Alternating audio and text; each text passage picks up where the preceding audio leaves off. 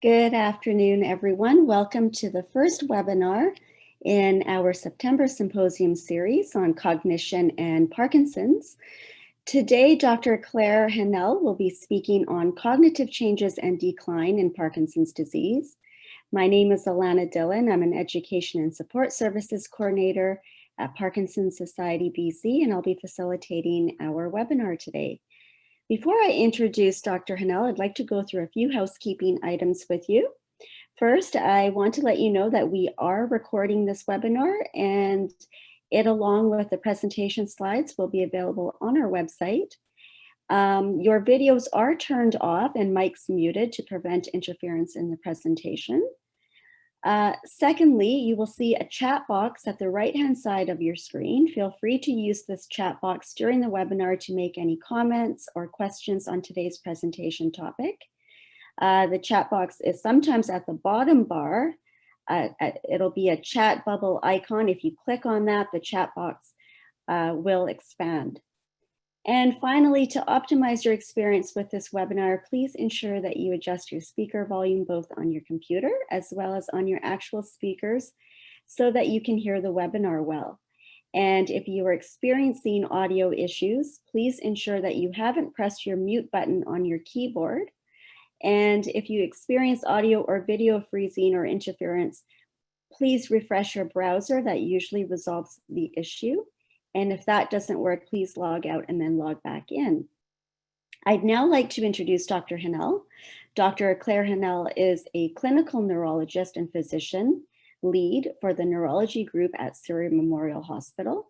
She directs the movement disorders program at the Jim Pattison Outpatient Care and Surgery Center in Surrey and is a clinical assistant professor at the University of British Columbia. She received her MD from the University of British Columbia in 2006 and completed her neurology residency at the University of Calgary in 2012. She specializes in movement disorders, completing fellowships at King's College Hospital in London, UK in 2010, and the University of British Columbia in 2013. Dr. Hinnell, thank you and welcome. Thank you so much for being here today to do this talk, and I will pass it over to you now. Great. Thanks so much, Alana, and thanks for the invitation. It's a pleasure to be here. As we've all gotten used to different formats, this is another new one where I get to talk into a relatively blank screen and don't get to see everyone's faces, but I can tell you're all there. And I look forward to some questions. Alana's going to help me as we go. If you guys have any questions, you can put them in the chat box, and I'll do my best throughout the presentation.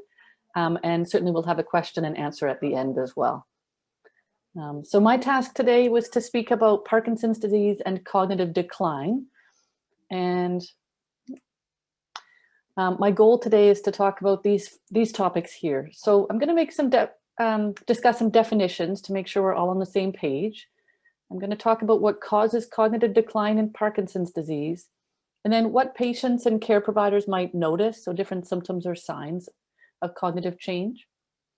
I'm going to discuss how cognition can be assessed and diagnosed, particularly emphasizing what else affects cognition, because it's not always the Parkinson's disease by itself. And then I'm going to close talking about how to manage and in some cases prevent some of the cognitive problems, which does include a comment on driving, which I know is a difficult subject sometimes. So that's what we're going to go through in the next sort of 40 minutes or so, and we'll take it from there. So to start with, what is Parkinson's disease? Well, Parkinson's disease is a neurologic condition. It's due to a progressive loss of nerve cells in the brain, the type of nerve cell that produces dopamine. So over time, the brain is making less and less dopamine. When the level of that dopamine gets down to a certain level, then the symptoms start to appear. This is a pathological cartoon of pathology showing that these purple lines on the top picture in the substantia nigra show those are the dopamine producing cells. In the bottom picture of a patient with Parkinson's disease, those purple lines or dark lines aren't present or are less prominent. And that just demonstrates that there's less dopamine, there are fewer dopamine producing cells. Now, as you'll find out in the talk, dopamine is not the only neurochemical affected in Parkinson's disease, but that's the main one that causes the motor symptoms and can also affect cognition. So what is cognition? Well, cognition is the mental ability that we use to process information and apply knowledge. So mental processes that allow us to perform our activities of daily living. So paying attention, solving problems, remembering where items are and how to do things. All of that is involved in cognition, and it uses different parts of our whole brain. So it uses all these different areas in our brain. So my daughter, who's now 10, is just developing that central area in her brain, the comic book section. She's just gotten into Calvin and Hobbes. I don't know if that takes us all back a little bit. But those obviously aren't the real sections of her brain, but certainly hers is getting bigger and bigger, that yellow one in the middle. But we do actually have different areas of our brain, and they are involved in different areas, different domains of cognition. So there are 5 main domains in cognition: attention, memory, executive function, language, and visuospatial function. I'm just going to go through each one because they're going to come up throughout the talk. So attention is the ability to selectively focus on a particular aspect of one's environment, but often, not only that, one has to also ignore other competing stimuli. So for example, you're walking down the street talking to a friend, you have to ignore the noise generated by the kids or the cars on the road to be able to focus on what your friend is saying. In Parkinson's disease, people often find it difficult to concentrate on a conversation or read a book. It can be challenging to talk to someone while walking, for example. So that's what attention is involved with. Working memory, interestingly, is also part of attention. It really refers to the memory processes of temporarily storing information in one's mind so you can manipulate it. So for example, doing mental arithmetic. So 7 plus 6, you have to be able to picture and remember the 7 and the 6 and picture those to be able to add them together to 13.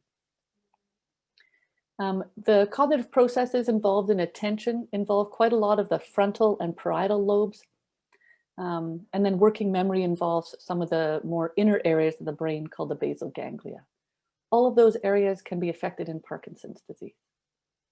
So that's attention, the attention domain of cognition. Memory is, in general, invokes sort of learning and remembering information. There are different types and processes of memory. So for example, there's short-term memory, long-term memory for days and years ago. There's memory for like facts and data. That's called declarative memory. Or there's memory for how to do things like tie your shoe or ride a bicycle, and that's procedural memory.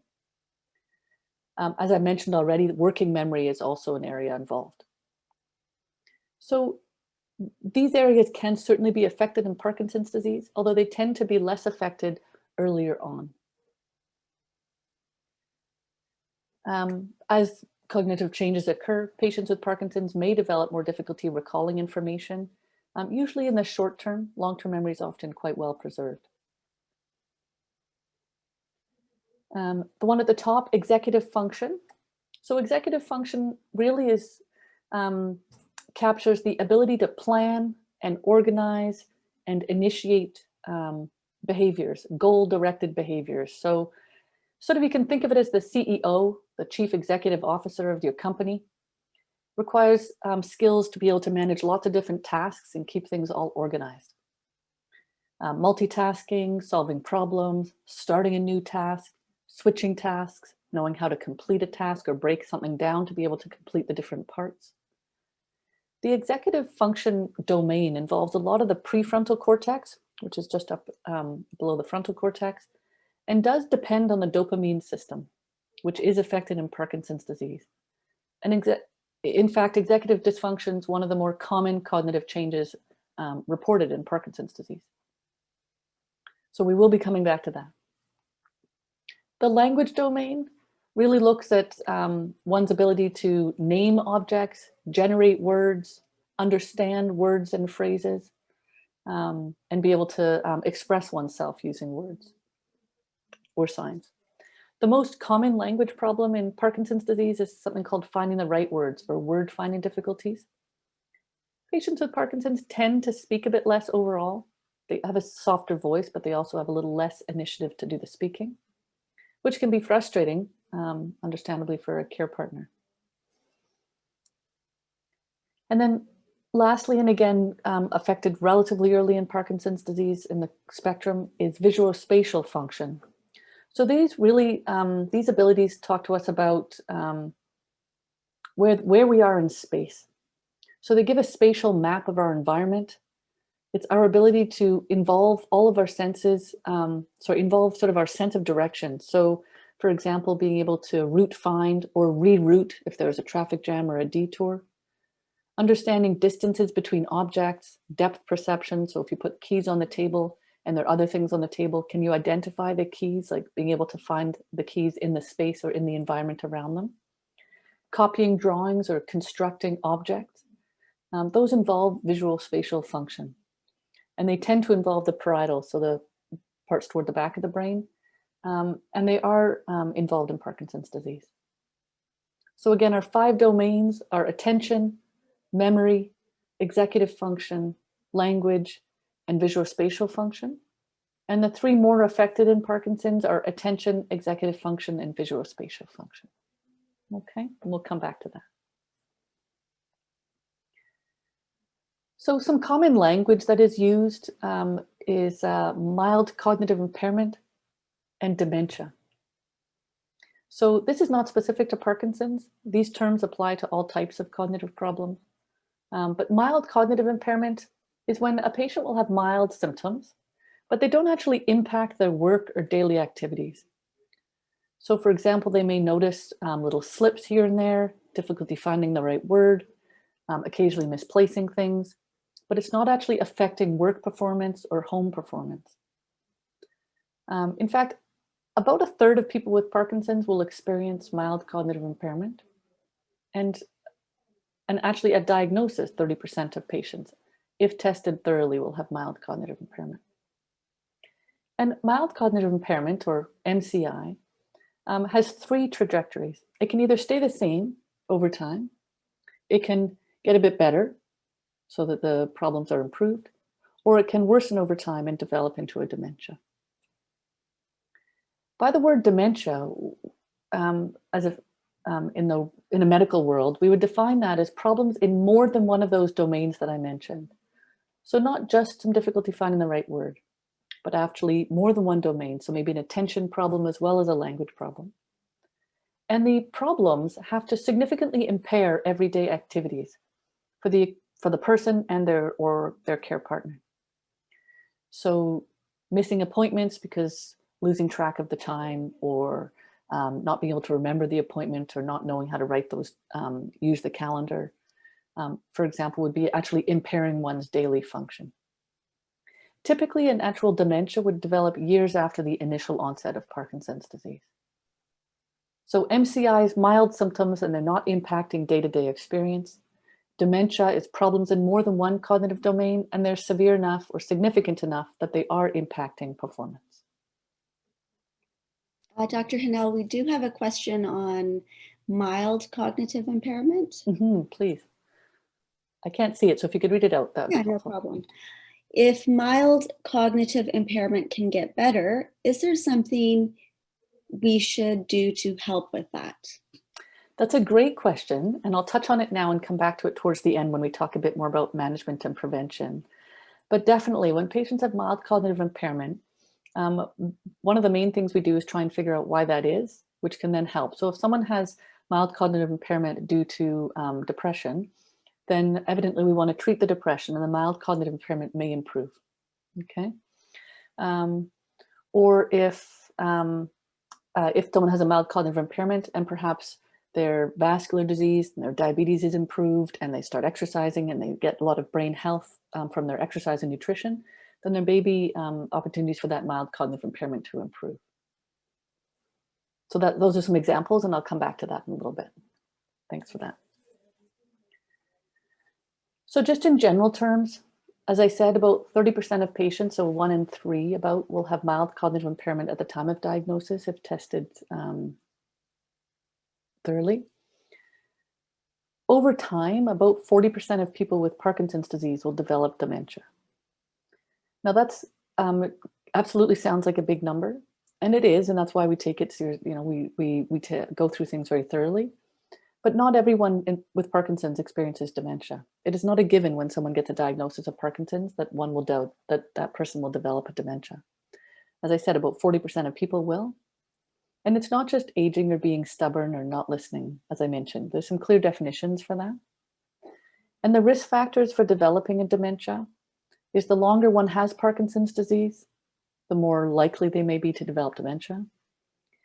The more difficulty with movement problems, so more difficulty with walking and balance, the more likely they are to develop dementia compared to those with Parkinson's who have a tremor dominant type of Parkinson's. So if tremor is the main symptom, then that group of patients is less likely to experience a dementia over time.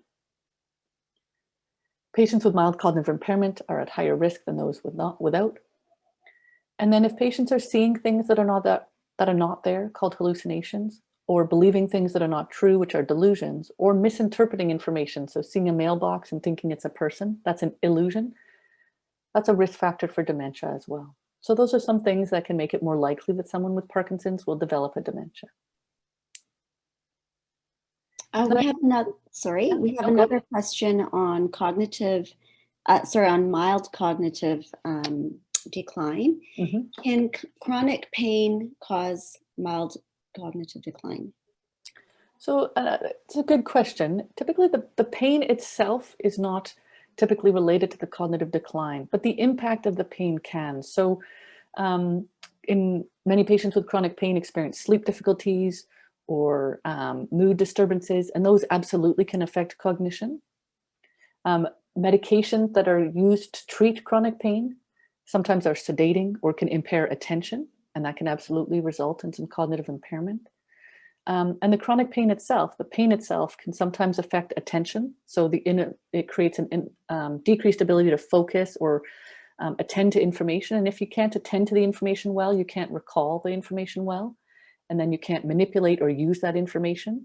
And so that can also result in some cognitive impairment. So those are the ways it might be can potentially be related. So I just wanted to touch lastly, in terms of definitions, Parkinson's disease dementia and dementia with Lewy body disease, and the difference with Alzheimer's. So I have many patients come in and say, am I getting Alzheimer's disease, when they have difficulty with some of their cognitive skills?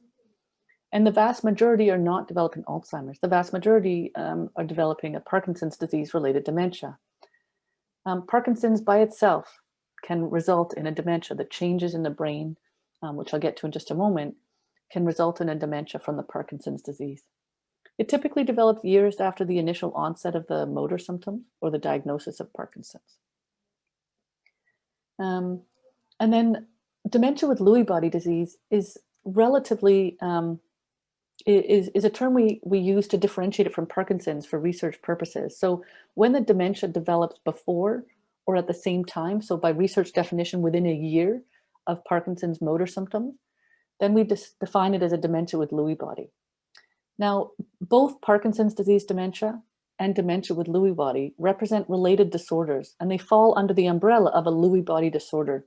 And I'm going to come back to that, but this is a Lewy body here. And both of these disorders have Lewy bodies on pathology. So if we do an autopsy, then we would see that. And so they're grouped under a Lewy body disease. The difference is that patients with Parkinson's disease dementia develop Parkinson's first and years later develop cognitive change and dementia. And those with dementia with Lewy body disease tend to have the cognitive change quite early, as well as a few specific features like early visual hallucinations and acting out of dreams. So there are a few specific things, and then that's usually described as dementia with Lewy body. They may or may not have significant motor symptoms or significant Parkinson's symptoms. And then it is separate from Alzheimer's disease. Alzheimer's is a separate disorder. It has different pathology if you look under the microscope, and it causes, obviously there's some overlap, but it causes different symptoms. It's predominantly a memory disorder early on. And so if someone with Parkinson's is developing cognitive decline and develops a dementia, then it is most likely a Parkinson's disease dementia. We have another question about Parkinsonism. Mm-hmm. Does this also apply to Parkinsonism? It does. I haven't gone into detail here, but we certainly in the group of patients with Parkinson's, so those with other related disorders, multiple systems atrophy or progressive supranuclear palsy, Cognitive impairment can be part of those disorders. I didn't include them only for time's sake, but it depends a little bit on the different type of Parkinsonism. So MSA, for example, tends to have more preserved cognition, whereas patients with progressive supranuclear palsy or PSP are more likely to have cognitive problems. But most of what I'm talking about in terms of management would apply to all of them. So this is just a little humor break. I'm going to read it out if you can't quite see the screen. So there's a doctor listening to the chest of the patient. I hear reggae rhythms, disco drums, thumping hip hop, toe tapping Western swing, and 80s techno beats. I think your pacemaker is stuck on shuffle. Okay, so I have a nerdy sense of humor, but that gives us all just a second break. So I want to talk about what causes cognitive decline in Parkinson's disease. So researchers think there are really two processes involved. One is looking at brain signaling, and the other is looking at the actual brain cells themselves.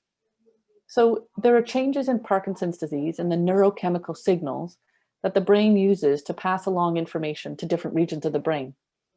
And besides dopamine, there are other neurochemical signals involved. So acetylcholine, serotonin, and norepinephrine. And they're especially important for cognition and memory, attention, and mood. So all of those are affected in patients with Parkinson's disease, and depending on the extent, can contribute to cognitive impairment in a certain patient. And then within the brain cells that are responsible for cognition, there's a protein called alpha-synuclein, and that misfolds for some reason. So instead of folding properly, it misfolds and it clumps, and then it clusters into something called a Lewy body.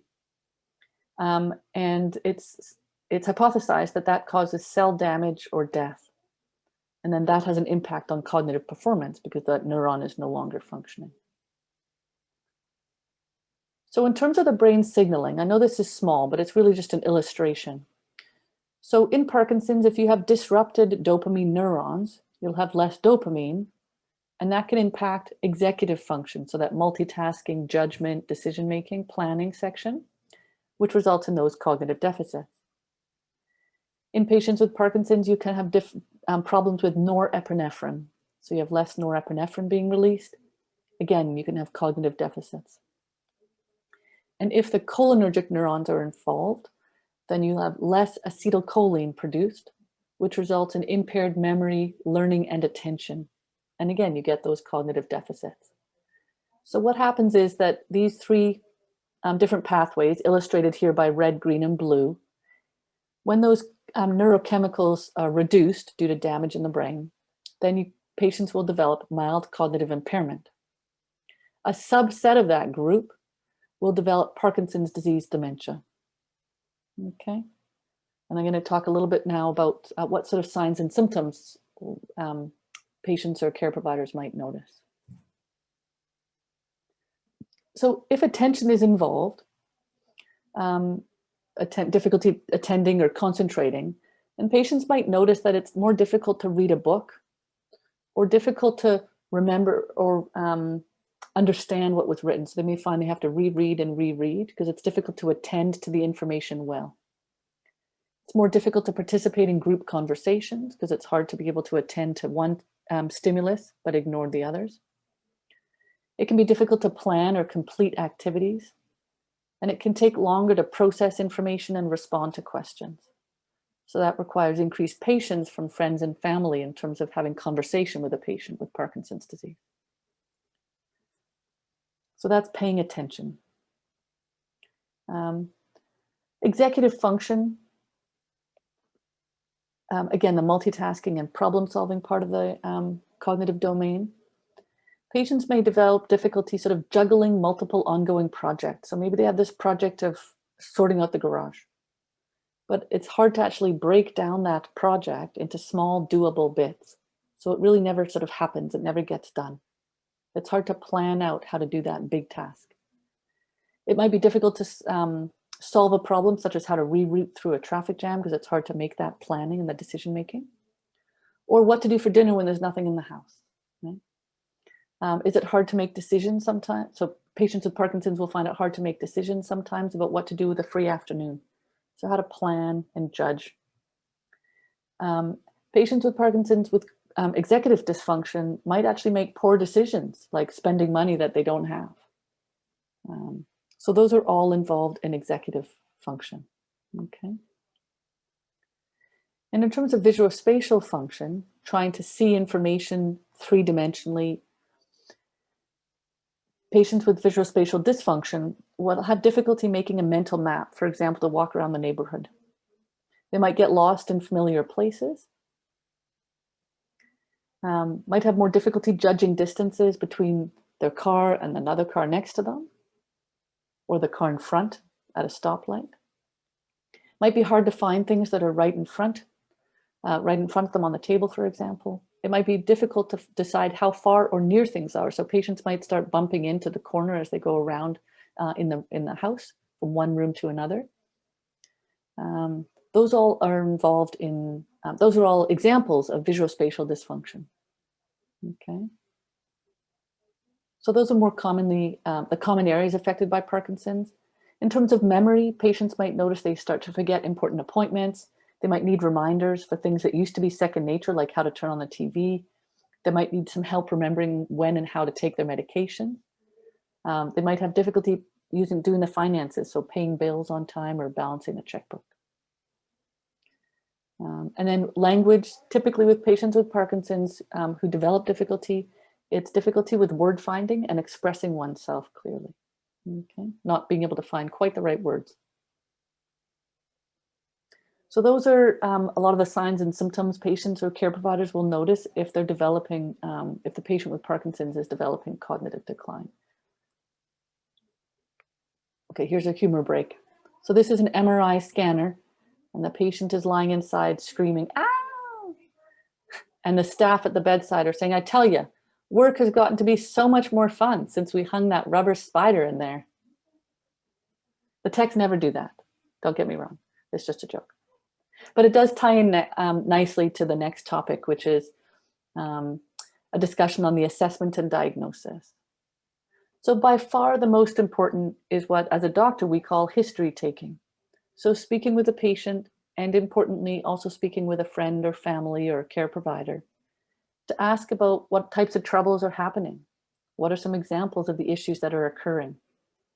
Is anything else going on? Any other symptoms that are happening that might suggest a different cause for the cognitive issues?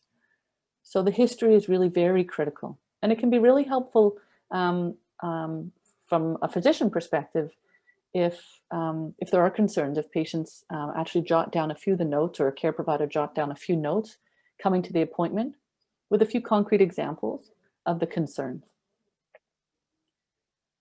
The next area, the next step in the diagnosis would be cognitive testing. So this is very largely done in the clinic, in the office, either by the physician, a nurse, or an occupational therapist. And we would typically do a cognitive screen. So the most commonly one used is something called the Montreal Cognitive Assessment Score. Some of you may have seen this. It looks at all those different cognitive domains I mentioned. It has attention tasks, language tasks, decision-making, trail-making tasks, things like that, okay? We score it, and it's scored against a norm. And so we've done research, studies have done thousands and thousands of patients, and we know sort of the normal levels, and then we have cutoffs for when there's concern, okay? The MOCA is done in many languages now, and so we try and make sure that that's done in a patient's own language to ensure there's no bias. And then it also takes into account educational level. It's not the only test. There are many other bedside tests that are used as well. Rarely do we need to use neuropsychological tests, which is when a neuropsychologist does a 4 or 8 hour battery of testing. That's not commonly used, but it is a tool if needed. Okay. And then the third step is really to look for other causes, which I'm going to touch on shortly. So looking for other things that might be contributing or affecting cognition that are not the decline that occurs over time in Parkinson's disease. We want to make sure that there's no other reversible cause that we could look for, that we could treat differently. Okay. So that's the course. We would rarely use imaging. We would do imaging typically only to rule out another cause. So if I was to do a physical exam and notice that there was a specific problem in an area, that made me concerned that maybe someone had had a stroke they hadn't noticed, or something like that, we would do a scan. But rarely is a scan helpful in cognitive decline. So it is important not to just blame the Parkinson's disease, because there are many other things that affect cognition. So chronic diseases is a big player. So vascular disease, such as diabetes or kidney failure, okay? Other chronic issues such as addiction. So alcoholism absolutely has an direct effect on cognition and cognitive performance. Chronic mental health issues, so depression or anxiety or insomnia, have a direct effect on cognitive performance as well. Some more straightforward disorders such as B12 deficiency or thyroid disease. I would routinely, and a family physician would routinely check some basic laboratory work to look for any other contributing things that we could, contributing factors that we could address. So we definitely look for other chronic diseases that are contributing, okay? We also look at the timeline. So are the cognitive changes sudden or over days, or are they happening over months? In Parkinson's disease, cognitive changes happen over months to years, okay? They do not happen over days. So if they're happening over hours to days, then it's a red flag that something else might be happening. One of the more common in the elderly is a urinary tract infection or pneumonia.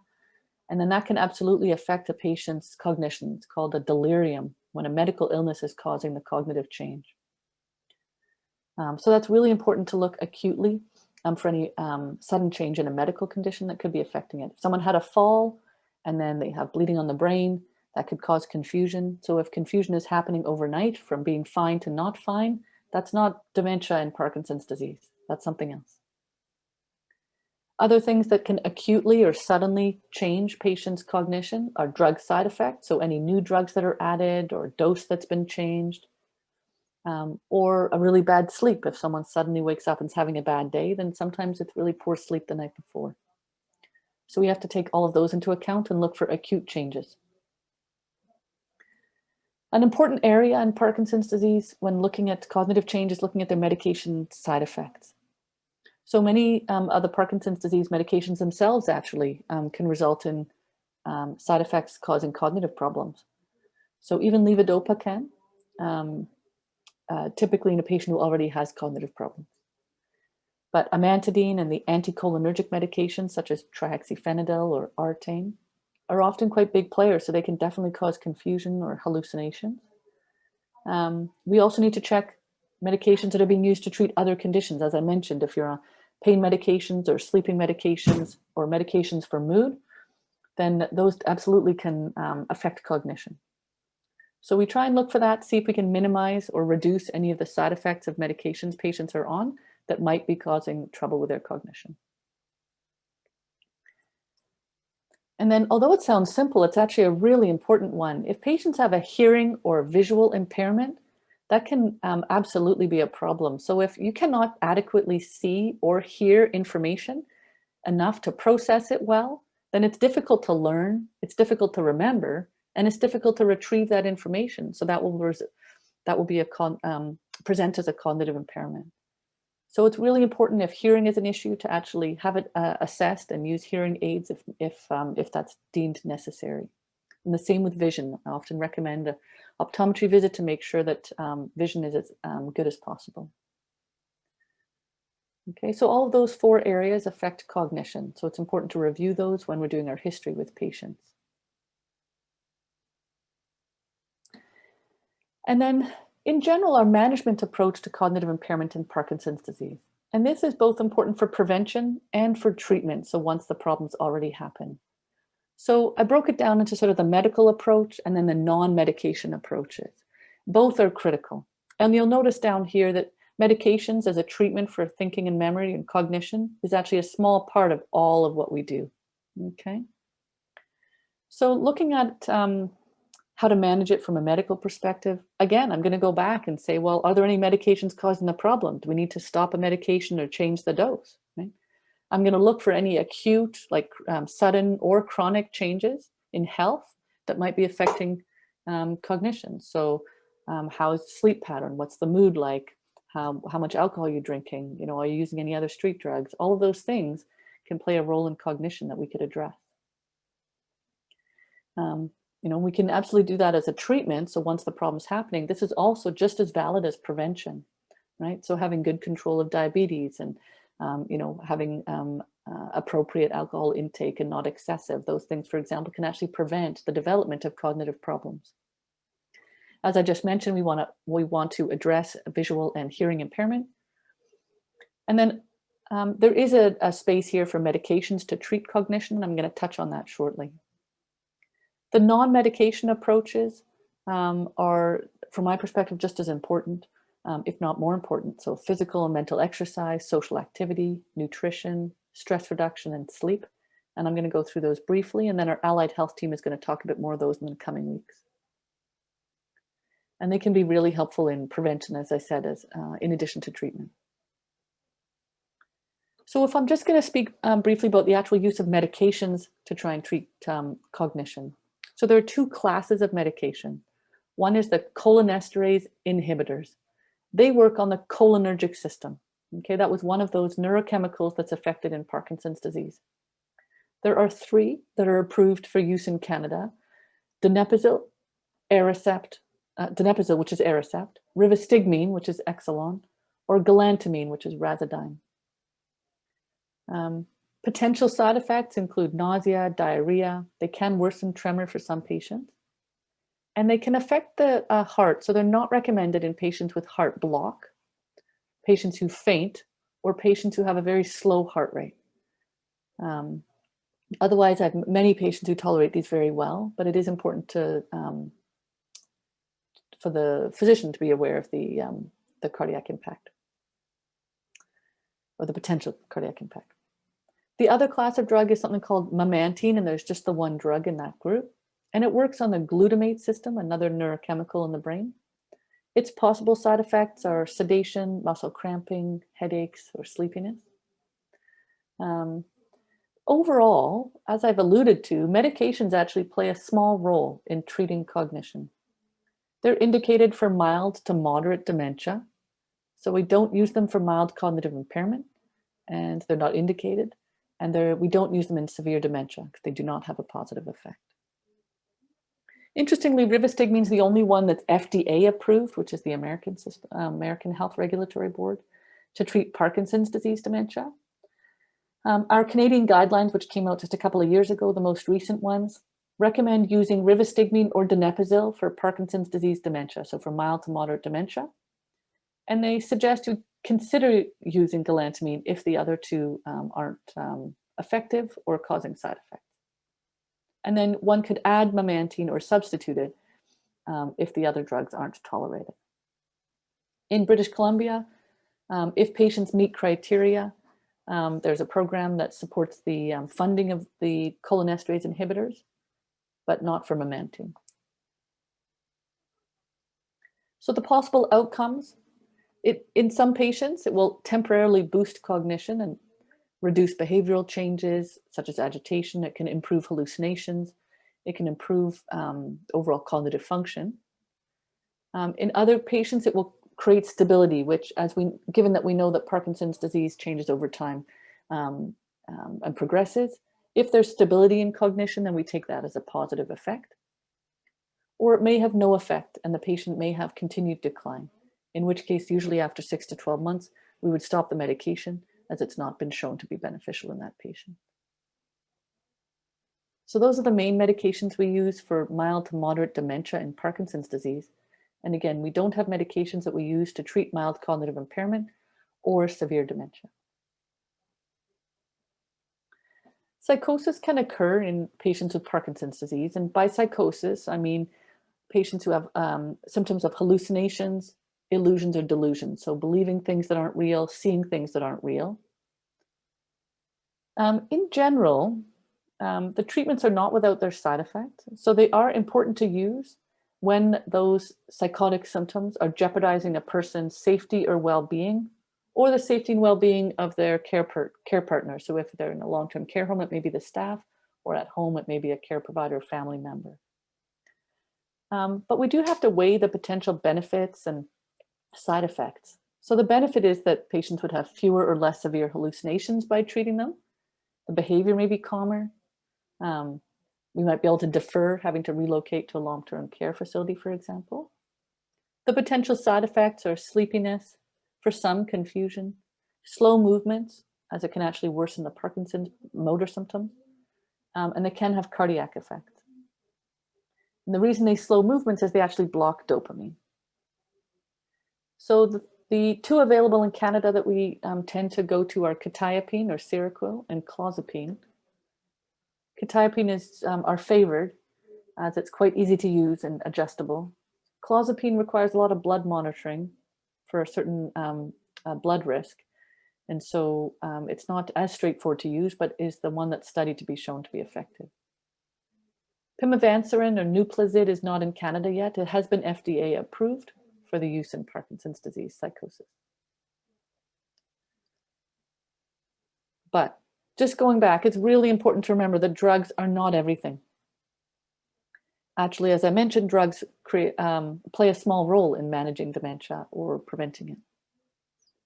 So we really want to focus on the other things that we can do to prevent and treat cognitive decline.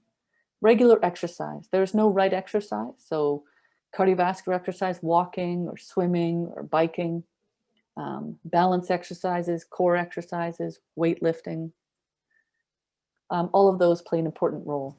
Okay, generally the goal is 30 minutes, 4 or 5 times a week if possible. Okay, chair exercises are beneficial if patients have difficulty doing them bearing weight. Nutrition plays a role. We generally recommend kind of the Canada Food Guide, but headed towards sort of a Mediterranean diet. There's no magic food. Okay, there's no one single food that's going to help with Parkinson's disease, but certainly paying attention and having a healthy diet is important. Social activity. So obviously with COVID, that's been a significant challenge, but we are starting to be able to do more of that and do it in a safe way. And that's important. A large part of that can be done with family or friends. Mental exercises. And again, there's no perfect mental exercise, but doing puzzles, for example, whichever exercise, I always tell my patients, whatever activity that you enjoy doing is the one that you should do. Trying to make sure that we get our sleep. That can absolutely affect cognition. Good rest. And then relaxation or stress reduction techniques. So yoga here would be one example, mindfulness, Pilates, meditation. There's no correct answer to that. Okay. So mental exercises, okay. There is no right answer. It can include doing puzzles, playing cards or other games, reading a book, going to lectures, going to concert, learning a new language, learning a new activity. You could do it with physical exercise. So you could go and learn some new dance steps or learn some new yoga. Social interactions, as I said, are important and they're part of mental stimulation. And there's no single right mental exercise. Okay, many have been studied and really any mental exercise is valuable. I'd encourage you to tune in the next couple of weeks for talks from our occupational therapist and speech language pathologist who will talk more about some practical suggestions on non-medication management and how cognition can be treated.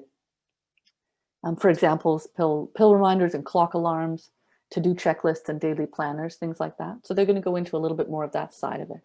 Okay. Just to briefly recap, so the management approach that I talked about, we review the medical side, reviewing medications, sudden changes or acute or chronic illnesses. Medications actually play a small role in treating patients with cognitive change. And then there are the non-medication approaches. So physical exercise, mental exercise, nutrition, social activity, all of those things. Just before we finish, I just want to touch very briefly on driving. It's a very difficult topic whenever it's raised in the clinic. I raise it routinely because it's so important, but I know how hard it can be for patients and their families. But just to point out that driving actually involves a lot of the different cognitive processes that I mentioned. So it involves attention, executive function, so being able to multitask, pay attention to stimuli out one window and then something else is happening out another window, being able to adjust quickly to situations. Visuospatial abilities, so able to judge the distance between your own car and the car in front of you or next to you, or the bicycle that's coming across the street, or the ball that's coming, the kids chasing it. processing speed, so being able to deal with all of that information at a rapid rate, as well as the motor demand, so physically being able to adjust yourself to drive. As one can see from my discussion, unfortunately in patients that can sometimes, the areas that are involved in cognition in Parkinson's disease are very much players in driving skill. And so what can happen over time is patients develop cognitive impairment and impair those skills that they need for driving. And so we're not able to drive anymore. It is an important safety issue to address. So I would encourage patients to bring it up routinely with their physicians and just to make sure that everyone is on the same page moving forward.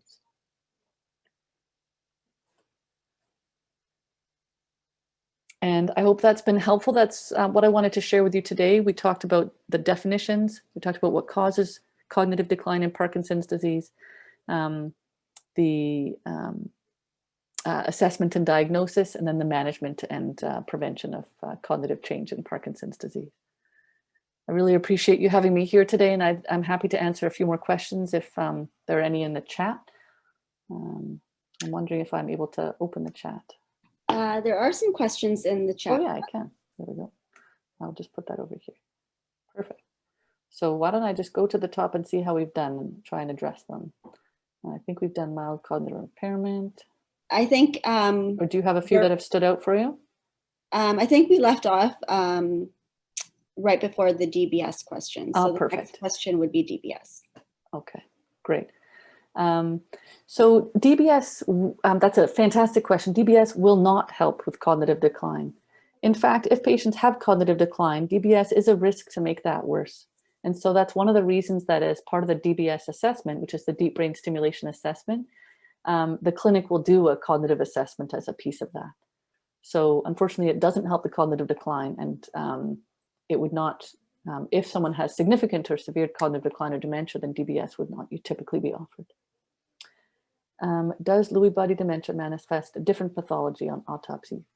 So generally, Parkinson's disease dementia and Lewy body dementia both have Lewy bodies as pathology. So they both have that same appearance on the autopsy. Really, the difference clinically and based on studies is we think that the reason one presents sooner versus later is just where and when the Lewy bodies form in the brain. And so if the Lewy bodies form in a certain area of the brain earlier on, then patients will present with Lewy body disease. And if those Lewy bodies develop later on in the course, then patients tend to develop Parkinson's disease, and then they'll develop the dementia later.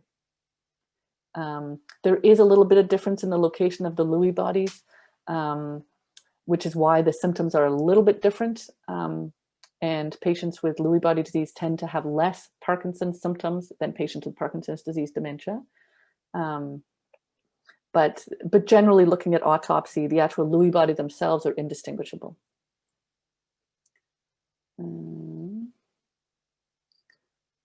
Will drugs like levodopa help in improving cognitive functions or slow progression? That's a great one. So levodopa is a bit of a mixed one. So in more advanced patients with Parkinson's disease or patients with more advanced Parkinson's disease, levodopa can sometimes actually contribute to confusion and hallucinations. And so we're always watchful as time goes on. If that's developing, we always reassess the dose of levodopa.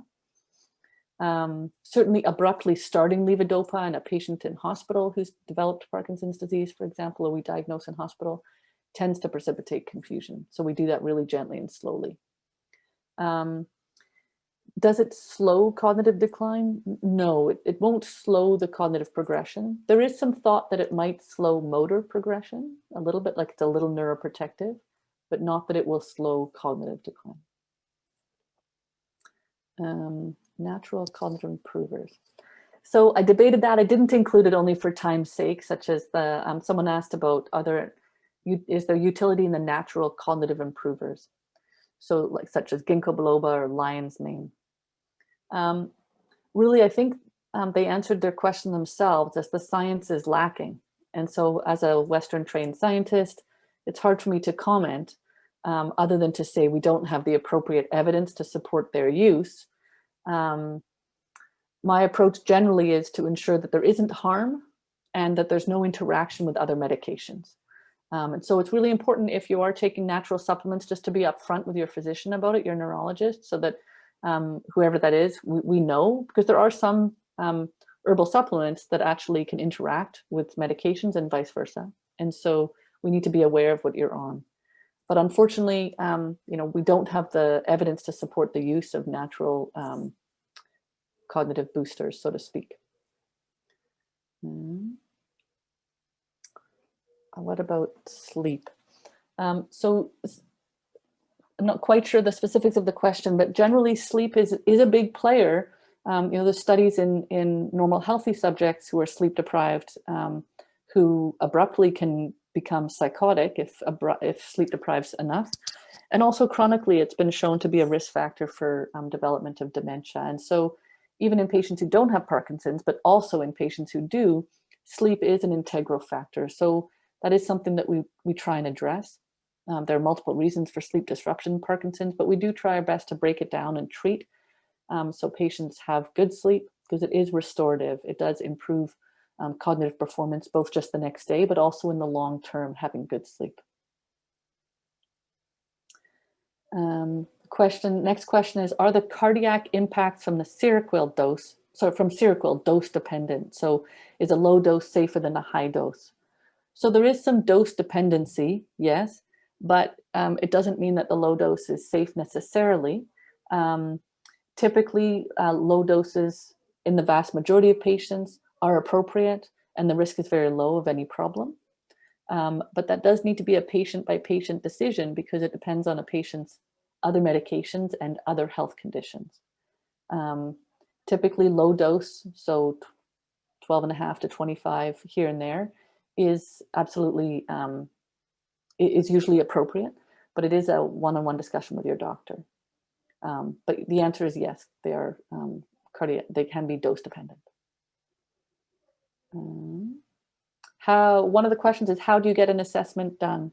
So if you have concerns about cognitive decline and you have Parkinson's disease, then typically you would request your family physician to send you to a neurologist who would do an assessment of the Parkinson's, and who would also be able to do an assessment of the cognitive decline. In Fraser Health, we do not have a dementia clinic, so to speak. The movement disorder clinic neurologists, we manage the cognition related to Parkinson's disease, sometimes in conjunction with the geriatrician, so at the seniors clinics, which are in Fraser Health. The only dementia clinic in BC is in Vancouver, but that is typically, I've not found required for patients who have relatively standard Parkinson's disease dementia or Lewy body dementia. Absolutely, if there are very unique cases with specific questions, then that referral is very appropriate. How can family members help with the frustration and depression caused by MCI? So I really appreciate that question. I didn't touch on it a lot.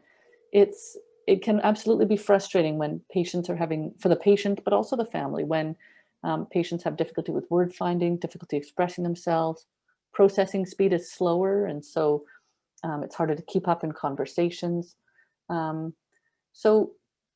lot of, the two main ones for me are education. So having an understanding of the problem, both for the patient and the family around, can be really helpful to know that it's not lack of effort or stubbornness or not listening or being lazy. It really is a cognitive change related to Parkinson's, and having that understanding can be helpful.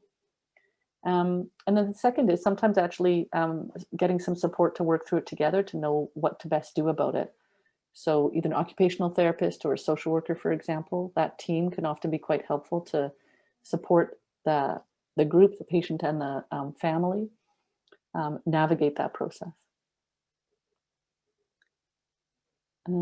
Question is atorvastatin impactful on Parkinson's symptoms? And typically atorvastatin is used for cholesterol management.